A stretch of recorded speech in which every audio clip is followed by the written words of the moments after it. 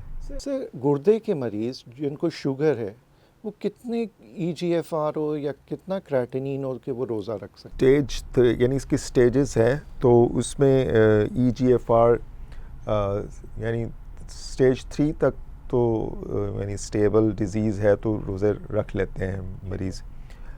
جو کہ ریٹروسپیکٹیو سٹڈیز جو ہوئی ہیں اس میں اس طرح کی بات ہے کہ روزے رکھے ہیں انہوں نے. کچھ سٹڈیز میں یہ بھی آیا ہے کہ جو گردے کے مریض ہوتے ہیں ان کو شوگر لو ہونے کی مسئلہ اور ہائی ہونے کا مسئلہ زیادہ ہوتا ہے ایز کمپیئر ٹو جو اس کے گردے کے مریض نہیں ہیں. تو ان میں زیادہ احتیاط کی ضرورت ہوتی ہے. اسی لیے یہ پہلے سے ٹیسٹ کر لیتے ہیں تاکہ اندازہ ہو کہ ان کے گردے کے افعال اس قابل ہیں کہ وہ روزہ رکھیں اور پریشانی نہ ہو. تو گریڈ 4 اور 5 جو ہوتے ہیں اس میں ہم سٹیجز جو ہوتی ہیں اس میں ہم یوزلی تو پیشنٹ خود ہی نہیں رکھ رہا ہوتا ہے اس طرح کے شخص. کچھ ایسے مریض بھی ہیں جو وہ سٹیج 4 پہ بھی ہمیں کہتے ہیں کہ جی ہم نے روزہ رکھنا ہے تو اس میں ہمیں کیا اب وہ نہیں مان رہے تو کیا کرنا چاہیے ہمیں؟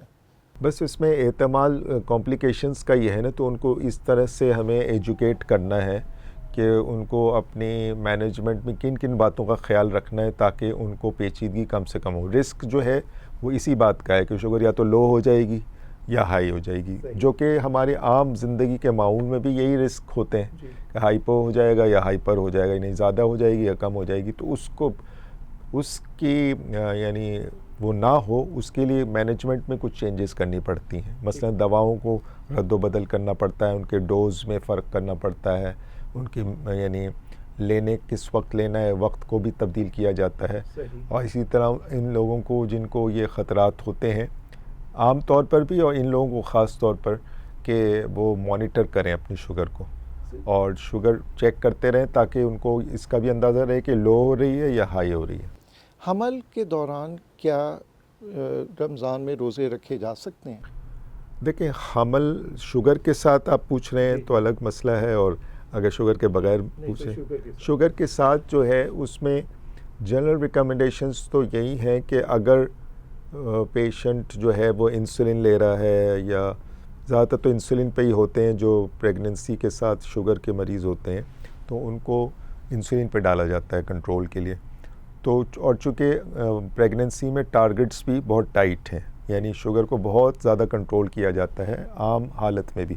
تو روزے کی حالت میں بہت ٹائٹ کنٹرول اور پھر انسولین پہ پیشنٹ ہو تو اس کو رسک بہت زیادہ ہے کہ اس کی شوگر یا تو لو ہو جائے گی یا ہائی ہو جائے گی. تو ایسی صورت میں ہم یہ ایڈوائز کرتے ہیں کہ جو خواتین حمل کے ساتھ ان کی شوگر کنٹرول خراب ہے اور انسولین پہ ہیں تو وہ روزہ نہ رکھیں تو بہتر ہے, اور روزہ اپنی گنتی جو ہے وہ ڈیلیوری کے بعد جب موقع ملے تو جلد از جلد اس کو قضا کر لیں, بجائے اس کے کہ اس وقت جو ہے نا وہ رسک دو لوگوں کا ہوگا, یعنی کہ بچے کا بھی ہوگا رسک اور ماں کو خود بھی رسک ہوگا. تو اس لیے جنرلی تو ہم ایڈوائز نہیں کرتے کہ پریگننسی کے ساتھ روزے یعنی شوگر کے مریض پریگننسی بھی ہو اور روزہ رکھیں. سر اب جو ہے رمضان شروع ہو گیا اور آپ نے اجازت بھی دے دی مریض کو, اب کون سے ٹائم پہ شوگر چیک کرنی چاہیے شروع کے دنوں میں؟ میں اپنے مریضوں کو اکثر یہ ایڈوائز کرتا ہوں, آج بھی ایک مریض آیا تھا تو اس کو میں نے یہی ایڈوائز کیا کہ آپ شروع کے 3 دن جو ہے نا وہ روزے کی حالت میں 3 مرتبہ چیک کریں, یعنی صبح سحری کے 1-2-3 گھنٹے بعد, پھر دوپہر کے وقت کر لیں اور پھر شام عصر کے وقت کر لیں, یعنی افطار سے پہلے کا وقت جو ہوتا ہے اس وقت کر لیں. 3 دن تک اگر مسلسل یہ 3 ریڈنگز آپ کر لیں گے تو آپ کو اندازہ تو ہو جائے گا کہ آپ کی شوگر ہائی کی طرف جا رہی ہے یا لو کی طرف جا رہی ہے. ہمارے گروپ یہ ریکمنڈیشن دیتا ہے کہ شوگر کو رمضان کے اندر آپ دن کے اوقات میں تھوڑا سا ریلیکس ٹارگٹس رکھیں, بہت زیادہ ٹائٹ ٹارگٹس رکھنا صحیح نہیں ہوگا. یہ اس کی بھی بات ہے کہ آپ خود ہی رسک میں مبتلا کر رہے ہیں ان کو, تو اس لیے آپ کو دوائیں ایسی ایڈجسٹ کرنی ہے کہ روزے کے دوران جو ہے وہ ٹارگٹس اگر ہم عام دنوں میں 180 رکھتے ہیں، کھانے کے 2 گھنٹے بعد 180 ہونی چاہیے، تو ہم رمضان میں کہیں گے کہ بھی 200 تک بھی ہو جائے دن کے اندر، تو یہ قابل گزارا ہے. اور ہاں البتہ افطار کے بعد آپ کی ٹارگٹس وہی رہیں گے، بلکہ اس کو ٹائٹ کر لیں. اس پہ ہم نے ایک پیپر بھی پبلش کیا تھا جس میں ہم نے یہ دکھایا تھا کہ جن لوگوں کو ہم نے لوز ٹارگٹس رکھے دن کے اور رات کے ٹائٹ رکھے، یعنی جو یوزول ٹارگٹس ہوتے ہیں، تو الحمدللہ اس کی وجہ سے کوئی اوور آل گلائسیمک کنٹرول میں فرق نہیں آیا اور کمپلیکیشنز بھی کم ہوئی. سر افطار پہ جو ہے وہ افطار کے بعد ٹارگٹس اچیو کرنا تھوڑا مشکل ہو جاتا ہے، کیونکہ پکوڑے، سموسے اور یہ ساری چیزیں ہوتی ہیں، تو اس کے بارے میں آپ بتائیں کہ اس کو کس طرح کنٹرول کریں. کوئی بتلائے کہ ہم بتلائیں کیا؟ تو یہ تو مسئلہ جو ہے نا، یہ تو بہت ہی یونیورسل ہے نا، کہ افطار پہ لوگ سمجھتے ہیں کہ بس اب تو کھانا کا موقع مل گیا ہے تو جتنا چائے کھائیں. تو فاسٹنگ نہیں ہوتا بلکہ فیسٹنگ ہوتا ہے. تو اس میں جو ہے وہ ہمارے پاس علماء کرام بھی آتے ہیں، تو ہم نے ان سے پوچھا کہ کیا کوئی فضیلت ہے کہ اچھے کھانے کھائیں تو زیادہ ثواب ملے گا روزے کا، یا سادہ کھائیں گے تو بھی وہی پورا ثواب ملے گا؟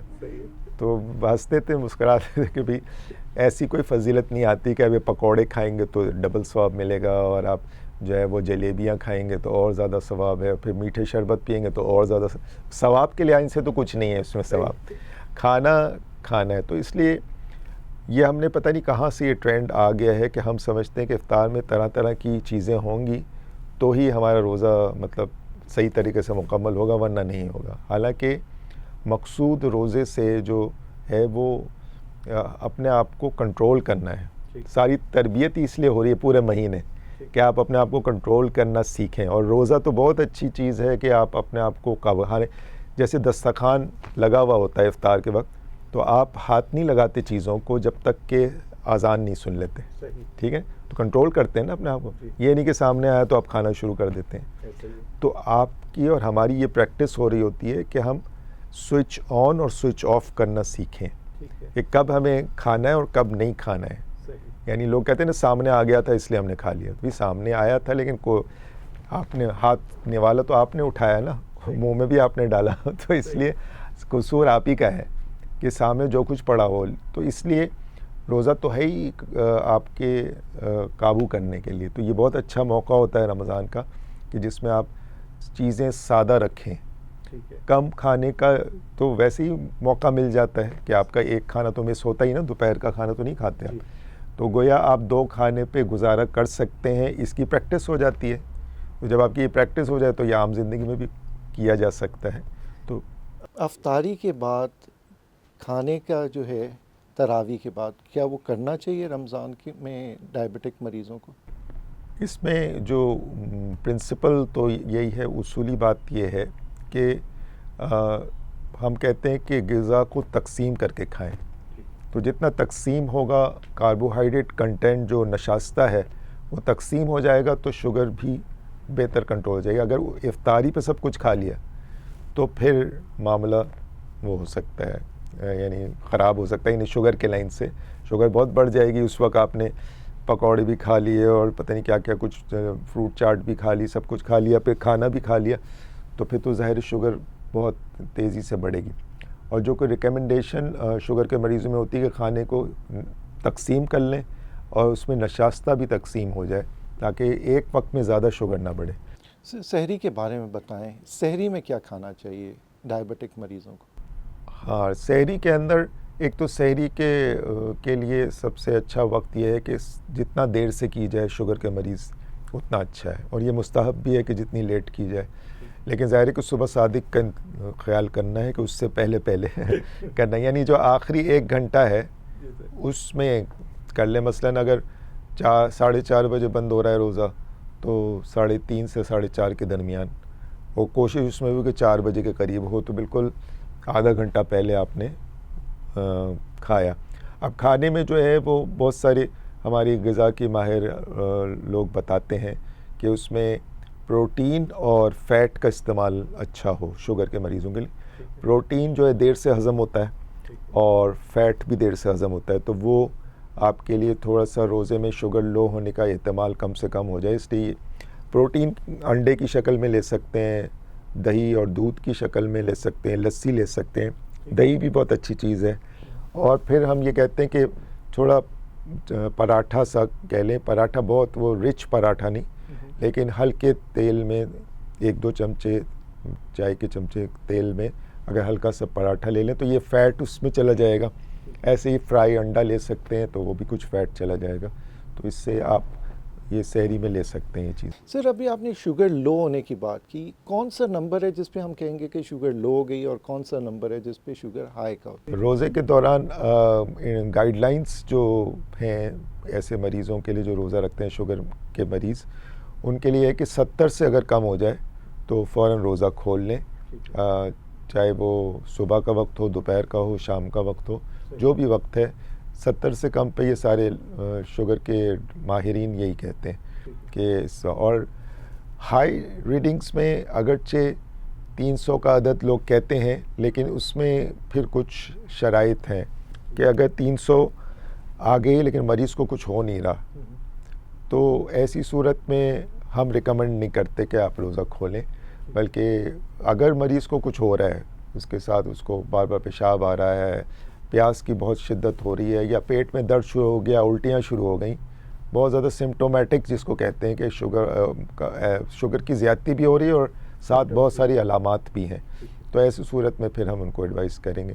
کیونکہ ایک آدمی وقتی طور پر اس کی 300 شوگر آ گئی, اس نے سحری میں مثال کے طور پر رچ پراٹھا کھا لیا, تو بھئی آپ کریں گے 2-3 گھنٹے بعد اس کی شوگر تو 300 اگر آ گئی تو پھر کیا روزہ کھلوا دیں گے اس کا؟ اس کو یعنی اس کو پراٹھا بھی کھلایا اور اس کے بعد روزہ بھی کھلوا دیا, تو یہ نہیں ہے. تو اس لیے 300 کا عدد کوئی فکسڈ وہ نہیں ہے. ہاں 300 کے اوپر جاری اور پیشنٹ کو کیا ہو رہا ہے یہ دیکھنا ضروری ہے. اگر مریض کو کچھ ہو رہا ہے اس وقت علامات, لیکن لانگ ٹرم میں 300 کے اندر شوگر رہے گی تو علامات کچھ نہ کچھ ہو جائیں گی. تو جس کی 300 میں آ رہی ہے اس وقت تو روزہ نہ کھلوائیں, لیکن اس کو ایڈجسٹ کرنے کی کوشش کریں کہ وہ شوگر کنٹرول کی رینج میں آ جائے. اور کیا وجوہات ہیں جس کی وجہ سے وہ 300 ہو رہی ہے. مثلا شربت ہی پی لیا ہے اس نے تو ہو جائے گا. اور 70 پہ اگر علامات نہیں ہو رہی تو پھر روزہ کھلوا دیں یا تھوڑا ویٹ کریں؟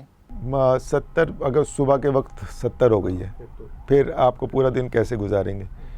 اس میں بہتر تو یہی ہے کہ مطلب رسک سے بچنے کے لیے, کہ وہ رسک ہو سکتا ہے کہ مزید لو نہ ہو جائے پورا دن. اور اگر افطار سے پہلے جیسے ہو رہی ہے تو اب اس پہ بھی دیکھا جائے گا کہ بھی اب کتنا وقت باقی ہے, اور آیا اس میں چیک کرتے رہنا ہوگا.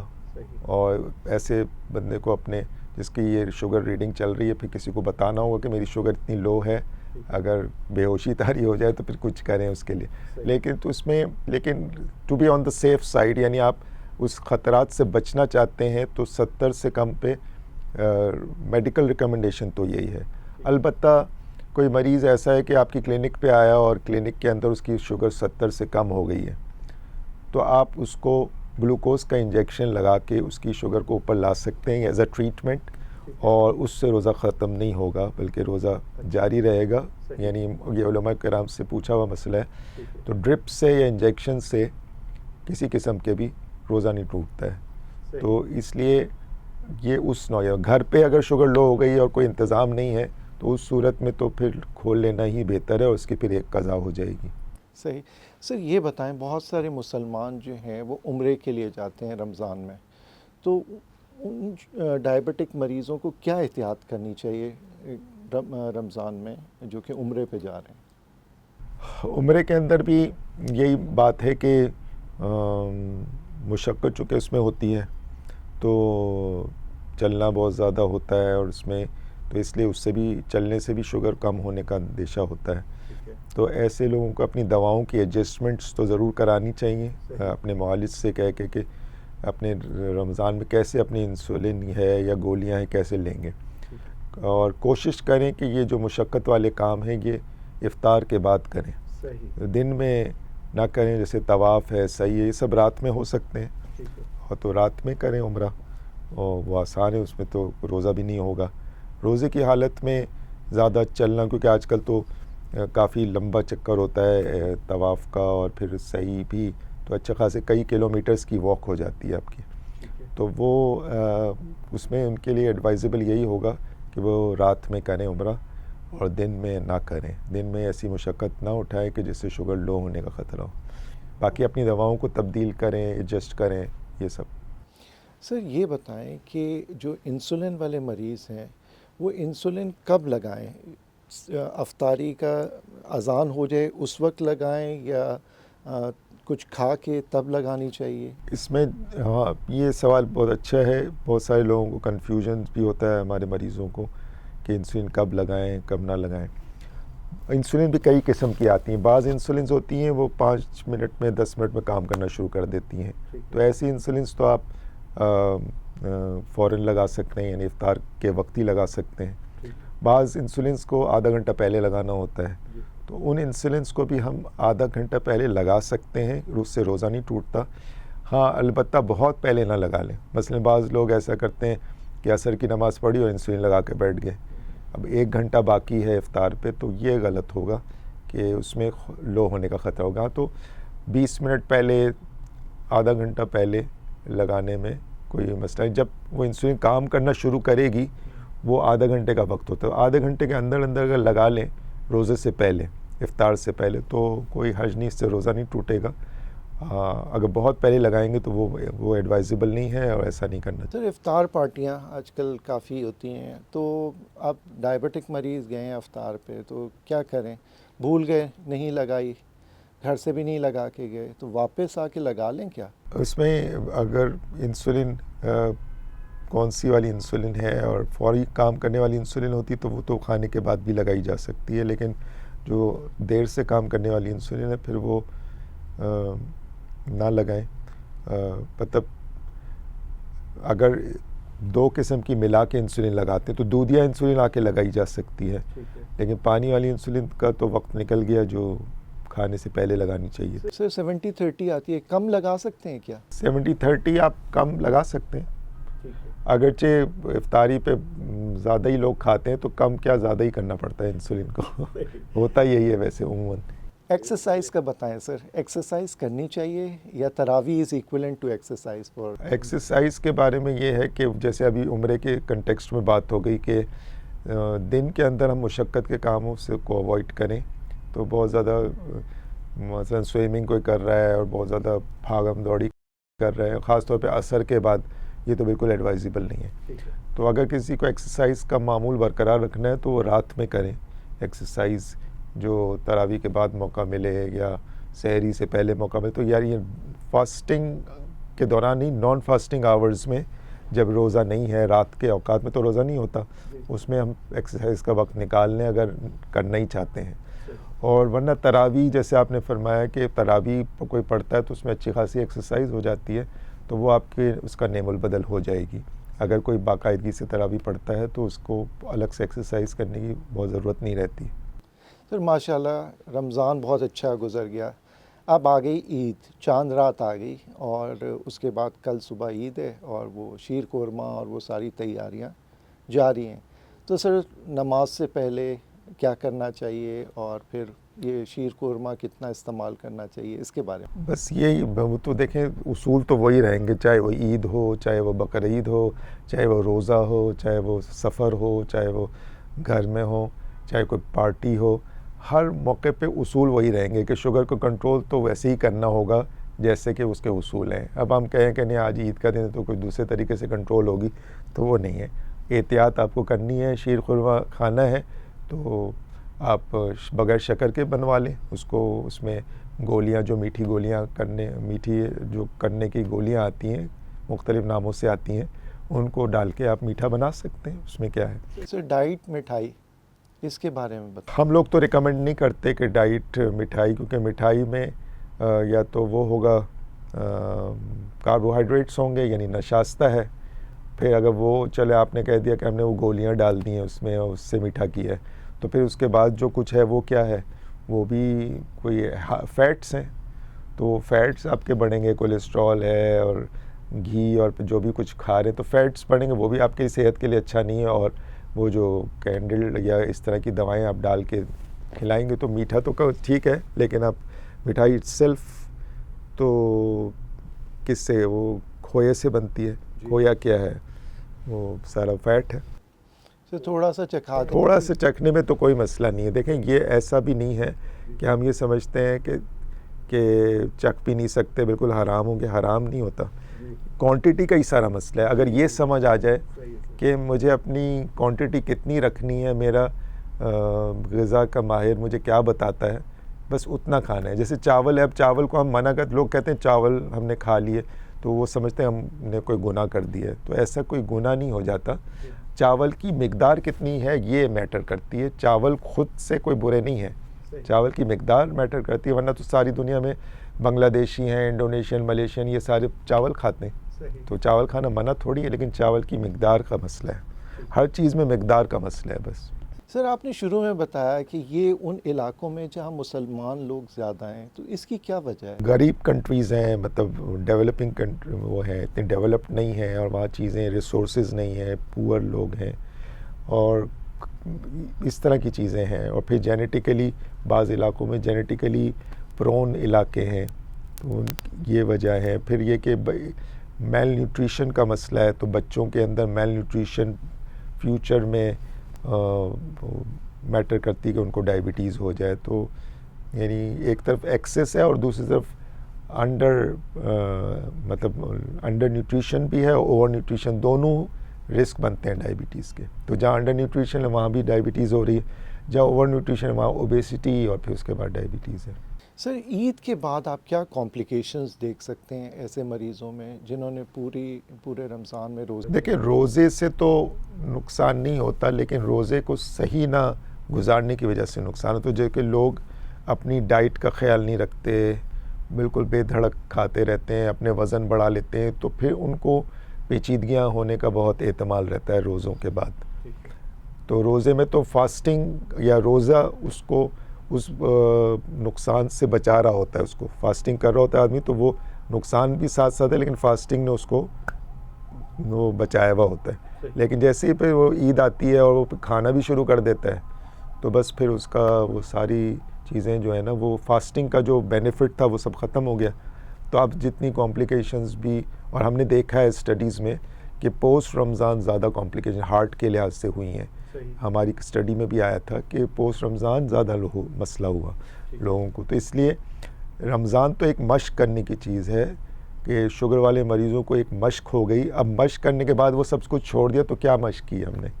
یہ تو مشق اس لیے کی تھی کہ یہ ہمارا لائف سٹائل بن جائے، کہ ہم کھانا کم کر دیں اپنا، اور اپنی ضروریات کو کم کر دیں، ہم زندگی سادہ کر لیں. یہ ہماری ٹریننگ تھی رمضان کے اندر.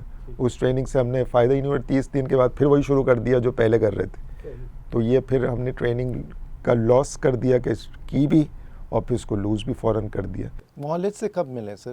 معالج سے فوراً ملنا چاہیے رمضان کے بعد. کوشش کر کے یعنی 1 سے 1.5 مہینے کے اندر مل لیں، کہ دواؤں کو بھی ری ایڈجسٹ کروا لیں، اور اپنی شوگر کے کنٹرول کو بھی دیکھ لیں کہ شوگر اب کیسی چل رہی ہے، کیا کوئی کمپلیکیشنز ہوئیں تو رمضان میں تو وہ بھی سامنے آ جائیں گی. اور نئے سرے سے پھر لائف سٹائل کو مینٹین کرنا ہوگا. جو کچھ سیکھا ہے رمضان میں اس کو فالو امپلیمنٹ کرنا ہے آگے بھی. آخر میں سر کوئی پیغام ہمارے ناظرین کے لیے؟ بس جو شوگر کے مریض ہیں ان سے درخواست یہی ہے کہ وہ اپنے معالج سے ضرور ملیں رمضان سے پہلے. ٹھیک ہے آپ کو بہت ساری باتیں اتنے سالوں سے روزے رکھ رہے ہیں تو پتہ بھی ہوں گی، لیکن ایک ری ایویلیویشن ہو جائے اور مریض اپنے معالج سے مل لے تو بہت ساری چیزیں سامنے آ جائیں گی، اور نالج کا انٹرچینج ہو جائے گا، ایک دوسرے سے معلومات ہو جائیں گی، اور مریض کو بہت اس لحاظ سے فائدہ ہوگا کہ وہ اپنی شوگر کو رمضان کے دوران بھی مینٹین کر سکے گا. سر آپ کا اس پروگرام میں آنے کا بہت بہت شکریہ. ناظرین، جیسے پروفیسر ڈاکٹر یعقوب احمدانی نے بتایا کہ رمضان سے پہلے اپنے معالج سے رابطے میں رہیں، ان کو دکھا دیں تاکہ مفید مشوروں سے اپنا رمضان اچھی طریقے سے آپ گزار سکیں. نیکسٹ پروگرام تک کے لیے اللہ حافظ.